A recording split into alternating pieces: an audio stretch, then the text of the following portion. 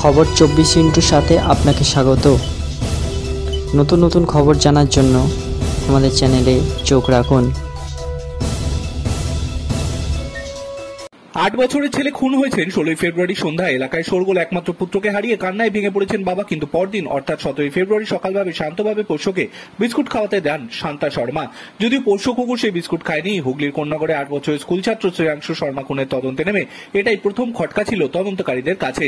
মঙ্গলবার যখন ছেলের খুনের অভিযোগে স্ত্রীকে পুলিশ গ্রেফতার করে নিয়ে যাচ্ছে, তখনও মাথা নেড়ে পঙ্কজ শর্মা বলেন তিনি কিছুতেই মানতে পারছেন না এসব। কন্যাগড় শিশু খুনের ঘটনায় গত 4 দিন তদন্তের পর মঙ্গলবার গ্রেফতার করা হয় মৃতের মা শান্তা এবং শান্তার বান্ধবী ইফতাত পারভিনকে। বাড়িতেই ছিলেন শান্তা, তবে ইফতাতকে পুলিশ গ্রেফতার করে ওয়াটগঞ্জ থানার খিদিরপুর এলাকা থেকে। ওই ঘটনা নিয়ে শ্রীরামপুরের ডিসিপি অর্ণব বিশ্বাস উত্তরপাড়া থানায় সাংবাদিক বৈঠক করেন। তিনি জানান দুই মহিলার গভীর বন্ধুত্ব ছিল। বিয়ের আগে থেকে ওই বন্ধুত্ব। শান্তার বিয়ে হয় 2012 সালে, পারভিনের বিয়ে হয় 2018 সালে। তবে মাসখানেকের মধ্যে স্বামীর ঘর ছেড়ে চলে আসেন পারভিন। এত বছরে দুই মহিলার বন্ধুত্বে চিড় ধরেনি। দুজন দুজনকে বাড়িতে যাতায়াত করতেন। পরিবারও জানতেন তারা ভালো বন্ধু। গভীর রাত পর্যন্ত ফোনে গল্প করতেন শান্তা এবং পারভিন। বান্ধবীর ছেলে খুনের পরদিনই কন্যাগড়ে আদর্শনগরে শান্তার বাড়িতে আসেন পারভিন। সমবেদনা জানান বান্ধবীকে। কিন্তু ছেলে খুনের অভিযোগ কেন গ্রেফতার হলেন মা?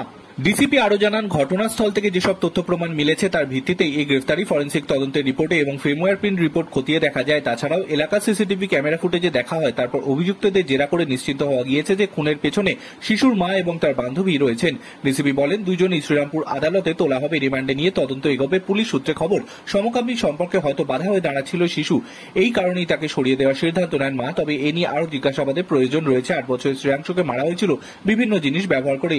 তদন্তে নেমে ইট, রড, রক্তাক্ত মূর্তি থেকে বাঁকানো অবস্থায় সবজি কাটার ছুরি উদ্ধার হয়।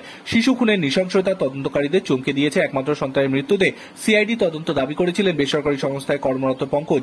স্ত্রীর গ্রেপ্তারির পর তিনি বলেন স্ত্রী এই ঘটনায় যুক্ত বিশ্বাস করতে পারছি না। আর কথা বলতে পারেননি তিনি।